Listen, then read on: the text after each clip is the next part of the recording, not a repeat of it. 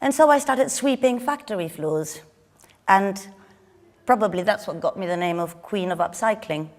But I started approaching manufacturers in Italy in my local area of the Veneto region and asking them for, remnants, leftovers, anything that they could find.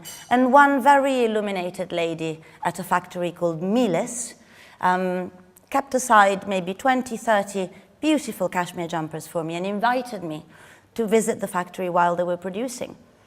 And I always tell this story because that's how it started for me.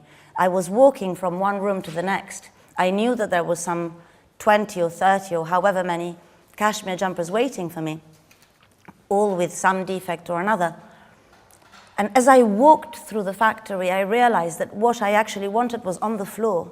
I could see runs and runs and runs of forgotten backs or, sleeves with a ladder, all in finest merinos and beautiful cashmeres. And as I walked, I started patching myself. Look, I'm actually wearing a little bit what I'm talking about. I just started patching myself with all the stuff that was on the floor. And the lady kept on saying to me, Orsola, come on, this is just rubbish. And I thought, rubbish to whom? This to me is a huge resource. This is what could take me from customizing secondhand and all the quality issues and all the reproduction issues that there are with customizing secondhand. And bear in mind, at that point, I probably had 70 international stockists.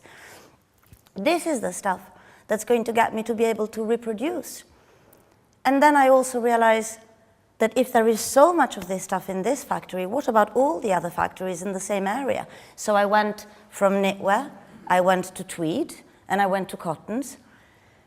And at that point I changed, and I became what I am now, somebody that is realizing that it's actually quicker to consume than it is to reuse.